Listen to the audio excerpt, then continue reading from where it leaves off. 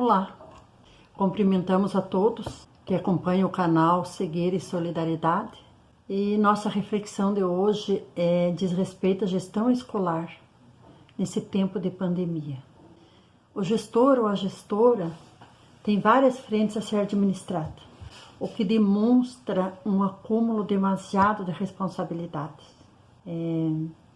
Não existe ainda uma pesquisa, um estudo que oriente sobre um caminho percorrido. Então, cabe aos gestores observar, analisar cada ato, cada gesto, cada proposição para se adequar da melhor forma nesse período. Por mais que as secretarias em geral, tenham amparado da melhor forma, com proposições, adequações, conforme a realidade, é muito preocupante neste momento o índice de evasão escolar. Especialistas têm apontado como uma das principais consequências desse período prolongado de paralisação das atividades presenciais. Embora as redes de ensino venham buscando, por meio de oferta de atividade remoto, reduzir esse prejuízo na aprendizagem de seus estudantes, tendo como desafio ainda maior mantê-los engajados nesse estudo. É isso que a realidade nos demonstra. Recebemos quase que diariamente pais pedindo para fazer atividade em material impresso, com a queixa de que tem 2 ou 3 filhos e só um celular. Esse mesmo celular é necessário para o trabalho que lhe é exigido. Então, nossas crianças, nossos alunos, grande parte, além de eles ter que ter autonomia e disciplina que é exigida dos alunos nessa organização da vida escolar, a falta de acesso ou acesso até limitado à internet configura-se como um primeiro obstáculo para que a totalidade dos estudantes seja contemplada. Além da autonomia e disciplina que é exigida desses alunos nesse período, eles não estavam acostumados nessa organização de vida escolar, a falta de acesso ou acesso limitado à internet configura-se como um primeiro obstáculo para a totalidade de que esses estudantes sejam contemplados. Diante desse cenário, especialistas da organização e organizações têm reforçado a importância dos gestores educacionais escolares desenvolver as ações específicas com foco nos alunos com maior risco de evasão durante esse período.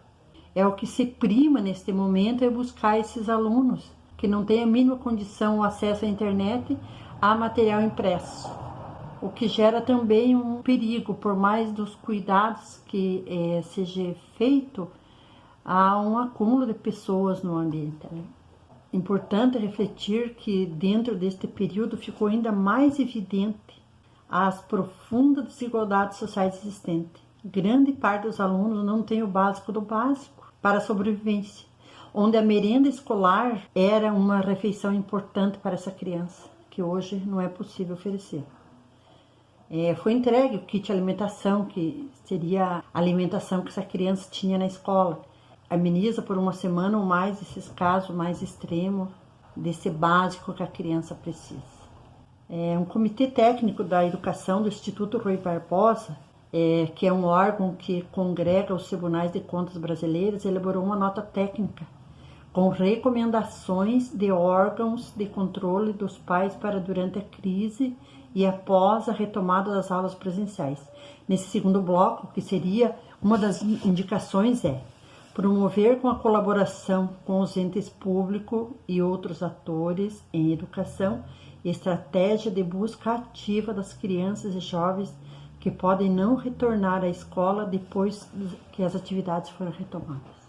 Sendo que a realidade antes da pandemia, principalmente do ensino médio, a evasão era grande, e agora, com a falta de tecnologia, a internet, isso se evidencia ainda mais. A realidade é difícil. A aprendizagem é genuína tanto para os gestores como professores e comunidade escolar. Ficamos com a reflexão da socióloga e educadora Lourdes Atié. Ela é escritora em Goiás, fez uma entrevista e deixou a seguinte reflexão: ninguém tem a resposta para isso. Devemos analisar qual caminho é melhor para a nossa realidade.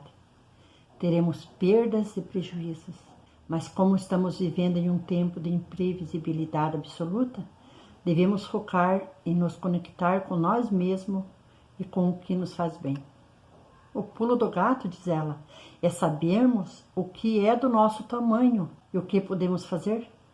Além disso, diz ela, quero deixar a dica para que professores nunca duvidem da representatividade que tem na vida de seus alunos e do papel relevante da escola. É preciso frear a ansiedade, porque ninguém aprenderá nada desta forma. Mais que o currículo, iremos aprender com a vida neste momento. Até mais. Muito obrigada. Antes de mais nada, quero saudar os seguidores do canal Cegueira e Solidariedade. Hoje, nesta gravação, vamos apresentar a conclusão sobre a temática A Pandemia e a Tragédia no Ensino Público e Privado à Distância, concepção de professor-ator e professor-autor. Essas duas formas de conceber o professor em ação nas escolas e universidades nos remete à dupla e antagônica concepção de ensino. A concepção de professor-ator, conforme análise abordada, concebe o ensino como um processo mecânico de transferência do conhecimento desvinculado da realidade do aluno, elaborado pela lógica formal na cabeça do professor, que ensina o aluno a copiar, ou seja, apropriar-se mecanicamente do conhecimento por parte dos alunos, onde aprendem apenas a copiar, usando a tecnologia como instrumento e a metodologia da reprodução das verdades consagradas pela ciência, com a ausência total da prática do conteúdo que possibilita uma atitude analítica do aluno sobre o que aprendeu. Portanto, todo o processo está centrado no professor, que exerce a paternidade ideológica, além da paternidade genealógica, na formação científica, porque desenvolve uma subjetividade nos alunos desvinculadas da realidade em que está inserido. Por outro lado, a concepção de professor-autor vai além do que faz o professor-ator em sala de aula, pois a prática do professor-autor está assentada na finalidade de desenvolver uma estrutura de pensamento dinâmica no aluno, que seja capaz de ir além da apropriação do conhecimento. Ou seja, o aluno é capaz de realizar análises críticas da realidade através do conteúdo apreendido que, instrumentalizado para a prática da pesquisa, será capaz de construir o próprio conhecimento, acrescentando sempre algo de novo à teoria praticada. Esse aluno consegue construir para si a compreensão crítica da realidade em que está inserido, criando ideias novas para gerar uma nova forma de pensar sobre o mundo real, gerando potência de vontade no agir transformador sobre o contexto que o aprendiz está imerso. Quanto mais instrumental o conhecimento, melhor condição terá o aluno de desenvolver sua forma própria de pensar, para realizar a produção do próprio conhecimento, da ciência e da compreensão crítica da realidade num só processo de aprendizagem. Claro deve ficar que o professor-autor supera a transmissão linear e mecânica do conhecimento, quando o aluno, pela vivência prática do conteúdo, vai além da cópia. Isto é, o professor não exclui a apropriação do conhecimento por parte do aluno, mas é considerado apenas como ponto de partida, com o fim de integrá-lo no processo de aprendizagem, fazendo com que o conhecimento incorporado transforme-se no motor que dinamiza as análises e ações transformadoras que o aluno realiza sobre a realidade que está em sua volta, através da vivência dos projetos de pesquisa. Se o processo de ensino-aprendizagem para o professor ator é concebida como mecânica viciosa influenciada por estar fazendo sempre a mesma coisa, no processo prático de ensinar, o professor autor consolida na aprendizagem do aluno uma forma de pensar, transmitindo um conhecimento dinâmico em formato de um aspiral, isto é, possui um ponto de partida, mas não necessariamente uma conclusão final e cabal. Está sempre num intenso movimento dinâmico de aperfeiçoamento que não termina nunca, porque vai se aperfeiçoando infinitamente. Pois o conhecimento é instrumental quando o aluno se apropria das ciências e transforma-se em projeto prático de pesquisa. Portanto, conhecimento não é terminal, mas inicial em processo permanente de aperfeiçoamento. Isso quer dizer que o aluno apreende o conteúdo, entra num processo sem fim de criação e recriação das ideias sobre o mundo real, que, agregadas no pensamento, melhora a compreensão crítica do mundo, da sociedade, que gradativamente melhora também seu agir e interagir no contexto em que está inserido. As práticas de ensino-aprendizagem na concepção do professor-autor incluem e estão alicerçadas na elaboração e execução de projetos de pesquisa. Isto é, faz a aprendizagem romper com o ciclo vicioso da repetição do conteúdo e passa a se transformar num processo dinâmico de desenvolvimento do pensar sobre o seu ser e sobre a realidade em que o aluno está inserido para transformar a si e o mundo que está em sua volta. Nessa perspectiva, a aprendizagem está vinculada à apropriação da ciência como instrumento de melhorar a compreensão da existência e do mundo real, transformando-se em categoria de análise do mundo que o aprendiz está inserido. Pois o real é dinâmico e exige que o aprendiz desenvolva uma estrutura de pensamento com o mesmo caráter, isto é, construir uma aprendizagem que desenvolva o pensar tão dinâmico quanto a realidade em processo de vir a ser permanente. Nesta linha de raciocínio, Maria Olipei afirma em Conversação: o professor intelectual que não reconstrói a teoria ensinada em sala de aula pela vivência prática da pesquisa é um intelectual barato, porque repete e não avança. O autêntico professor intelectual é aquele que vive o máximo da sua intelectualidade do lugar e do contexto em que se realiza ao ensino-aprendizagem em que o aluno está inserido.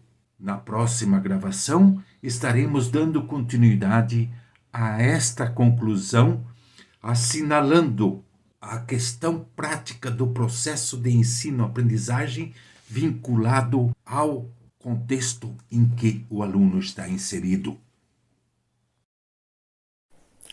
Olá! Em função do grave momento envolvendo a crise sanitária do SARS-CoV-2, o chamado novo coronavírus, os péssimos índices econômicos e a instabilidade política que se manifesta em ministros interinos e indisposições entre executivo e imprensa, me parece que, enquanto sociólogo, me cabe, nesse momento, uma análise de conjuntura do atual cenário brasileiro. Especificando o recorte, creio ser de importância salutar os novos acenos ou encaminhamentos demonstrados pelo superministro da Economia, Paulo Guedes. Nesse caso, é claro, levando em consideração indícios e possibilidades, sem a pretensão de realizar um exercício de futurologia. Pois bem, nos últimos dias, de acordo com os principais veículos de imprensa do país, Paulo Guedes perdeu parceiros da ala liberal mais ortodoxa em seu ministério. Estes teriam saído por discordar da lentidão do ministro em aprovar as reformas restantes do pacote de reformas que o governo anunciou em seu princípio. Esse motivo, aliás, é o mesmo que colocou o economista Hélio Coutinho Beltrão, fundador do Instituto Millennium e presidente do Instituto Mises Brasil, também filho do ex-ministro da Economia do governo Costa e Silva, Hélio Beltrão, em rota de colisão com as atuais medidas anunciadas ou insinuadas por Paulo Guedes. Bem, o fato é que Paulo Guedes começou sua trajetória com reformas liberais, mas no meio do caminho ele percebeu que existe algo chamado política, que existe algo chamado pobreza, que existe algo chamado Covid-19 e que existe alguém chamado Bolsonaro, o qual anseia pela reeleição. Então ele desacelerou as reformas e começou a pensar num modo de não mexer na dinâmica do capitalismo financeiro, mas ao mesmo tempo pensou em formas de arrecadar mais para poder realizar um mínimo de política social e assim tornar o governo Bolsonaro mais estável e, portanto, mais crível para 2022. E dessa forma, ele quebrou o ritmo e a radicalidade das políticas neoliberais. Nesse compasso, o superministro indica estar mais preocupado em arrecadar para poder implantar o Renda Brasil e estabilizar Bolsonaro no poder do que cumprir a agenda neoliberal, a qual ele propagou e que deseja o economista Hélio Coutinho Beltrão, que parece não se dar conta que, se adotar fidelidade cega a tal agenda, acelerando o ritmo das reformas, Paulo Guedes tornaria a situação do governo incerta e muito mais instável, justamente em função da impopularidade de tais reformas. Em outras palavras, Guedes dá fortes indícios de que começou a entender que para colher frutos, sempre, não se pode deixar de regar o pomar. Já Beltrão e os membros da Fiesp parece que não entenderam isso. Aparentemente, eles querem colher todos os frutos e descartar o pomar. De modo que Paulo Guedes passou a parecer, para esse setor liberal ortodoxo, um sujeito que está mais próximo do nacional desenvolvimentismo, o que não é verdade. Paulo Guedes é apenas um homem que começou a entender que Bolsonaro tinha chances de queda de popularidade abrupta, que muito provavelmente inviabilizariam uma chance real de vitória em 2022. E o que é preciso para que Bolsonaro tenha uma gestão estável até o fim do mandato? Bom, primeiro, maior discrição e menos declarações belicosas, o que já está acontecendo. Segundo, uma base de apoio entre as camadas mais pobres, porque, em função de medidas e declarações atabalhoadas, uma parcela dos mais ricos já foi perdida. Também muito em função das denúncias de corrupção, fator que as classes mais abastadas sempre deram muita importância no Brasil, haja vista que o combate à corrupção era o slogan da antiga UDN. O problema de Guedes é que, sem fazer um imposto progressivo, que seria a opção de natureza social-democrata, há mais dificuldade em arrecadar, já que não se pretende mexer na dívida e, portanto, não se pretende mexer no capital financeiro. Mas há um lastro para dar conta de uma política de sustentação. Sustentação essa que iria ganhar uma parcela dos chamados lulistas, os mais pobres, através do Renda Brasil, e com isso manter uma certa governabilidade. Paulo Guedes, portanto, está fazendo o quê? Ele está se adaptando à realidade do Brasil. Os neoliberais ortodoxos parecem querer exaurir os recursos do pomar e depois descartá-lo, ou talvez vendê-lo, mas ele, Paulo Guedes, nesse momento não quer. ele está vislumbrando que talvez ele possa ficar mais tempo no governo, que talvez, de fato, ele possa cumprir a função de ministro, que talvez ele possa ser aquela peça-chave que estabilizou um governo que tinha tudo para ser um desastre. Talvez ele está pensando até mesmo a partir de seu orgulho próprio. Lembremos, aliás, que muita gente chamou Paulo Guedes de inepto. O próprio ex-ministro Ciro Gomes, talvez hoje o maior nome de real oposição a esse governo pensando para 2022, disse: ele não dura no governo, ele não tem experiência na esfera pública, ele não conhece o Brasil. Mas se ele, Paulo Guedes, pôr em prática essa política que está elaborando, ele atrasa as reformas, mantém o país nessa cadência, até porque danos irreparáveis já foram feitos com as reformas trabalhista e previdenciária, não se indispõe mais com medidas impopulares e faz o Renda Brasil emplacar. Nessa perspectiva, há uma chance grande dele driblar a impopularidade que estava no horizonte e manter esse governo funcionando. Há, inclusive, a maximização de chances de reeleição. Para isso, contudo, é preciso convencer figuras como o já citado Hélio Coutinho Beltrão de que esta é a opção à direita, semelhante à de Lula à esquerda, ou seja, mitigar o neoliberalismo.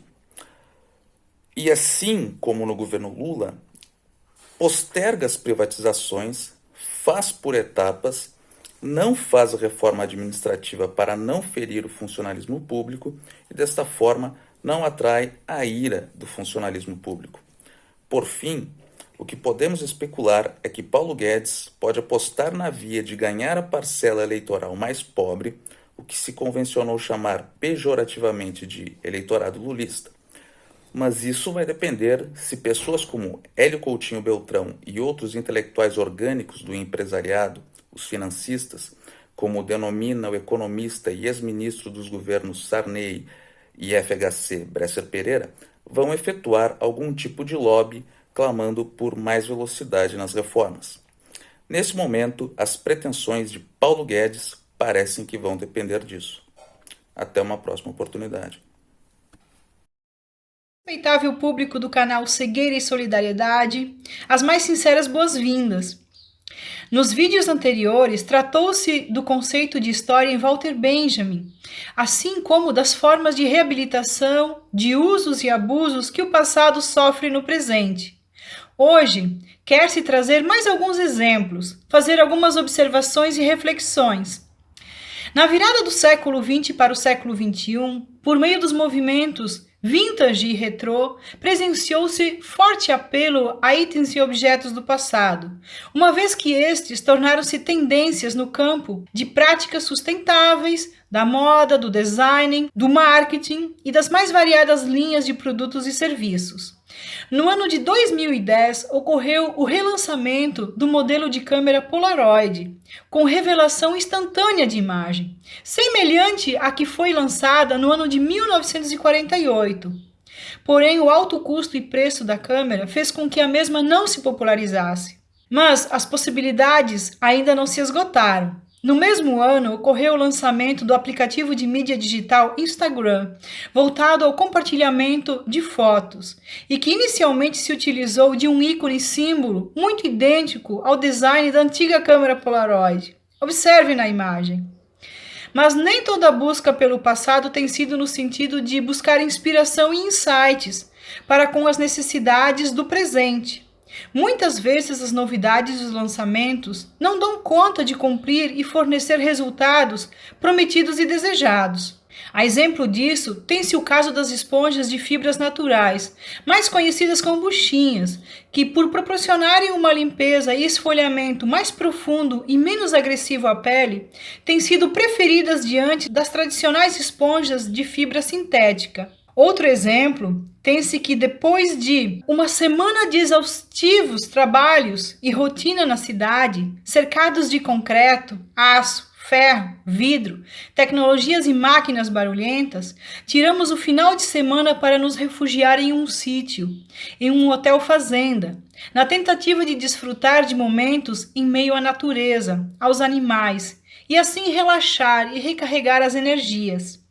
Cabe aqui fazer a observação de que, nas experiências que se tem em locais como hotéis fazenda ou outros da mesma natureza, tem-se acesso a um passado idealizado, congelado e caricaturizado, pois não se vive ou não se resolve de fato as tarefas que aquelas realidades demandam, tais como o manejo da terra, a extração de matérias-primas, a lida com os animais ou a preparação dos alimentos.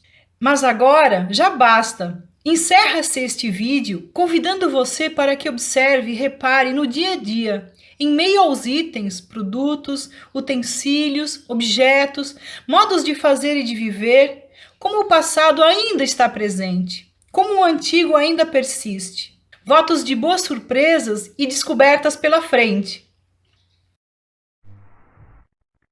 Quando eu uso uma palavra, disse Humpty Dumpty num tom escarnioso, ela significa exatamente aquilo que eu quero que signifique, nem mais nem menos. A questão, ponderou Alice, é saber se o Senhor pode fazer as palavras dizerem coisas diferentes. A questão, replicou Humpty Dumpty, é saber quem manda. É isso. Alice estava perturbada demais para dizer o que quer que fosse, de modo que após um minuto Humpty Dumpty recomeçou. São temperamentais. Algumas, em particular os verbos, são os mais orgulhosos. Com os adjetivos pode-se fazer qualquer coisa, mas não com os verbos. Contudo, sei manobrar o bando todo. Impenetrabilidade, é o que digo. Esse pequeno fragmento da obra Alice através do espelho, que inclusive já virou filme, pode servir de inspiração para as áreas da literatura mesmo, da filosofia, do direito e, por que não, da própria sociologia e até mesmo da sociedade. Com Humberto Eco, semiólogo, linguista e também escritor de ficção, a partir da obra O Nome da Rosa, é possível explorar inúmeras outras reflexões, dentre elas o nominalismo e o essencialismo, tema que desde os gregos rende acalorados debates. Isso tudo não deixa de ser hermenêutica. No entanto, para esta pequena participação no canal, nos interessa o recorte da hermenêutica que poderia ter como ponto de partida as possíveis problematizações nominalismo e essencialismo. Hoje não será esse o nosso objetivo. Basta dizer que, segundo Eco, há limites na interpretação. No prisma da sociologia Hornetiana, há um sentido muito mais sofisticado e inverso da interpretação, no que ele classifica como reificação por uma atitude reificada enquanto uma forma de apagamento. Apagamento que é sinonímia de esquecimento. Essas são questões que não escapam ao interesse da hermenêutica. Nesse caso, eu diria que falo da hermenêutica fundamental a partir de Heidegger. No entanto, deixemos de lado os termos grandiosos e todas as demais elucubrações teóricas para um outro momento. O objetivo neste vídeo é mencionar que interpretamos não apenas os textos, as obras de artes, filmes ou outra coisa que tenha feições de erudição. Na hermenêutica fundamental, interpretamos o todo e a todo momento, mesmo sem nos darmos conta. Já o mundo à nossa volta e a nossa própria experiência nos permite ampliar a interpretação dele mesmo. Em termos ainda mais direto e mais simples, temos atualmente a experiência de um mundo de manifestações massificadas e velocidade das informações. Com ela, as denominadas fake news e as desinformações que já se falou nesse canal mesmo.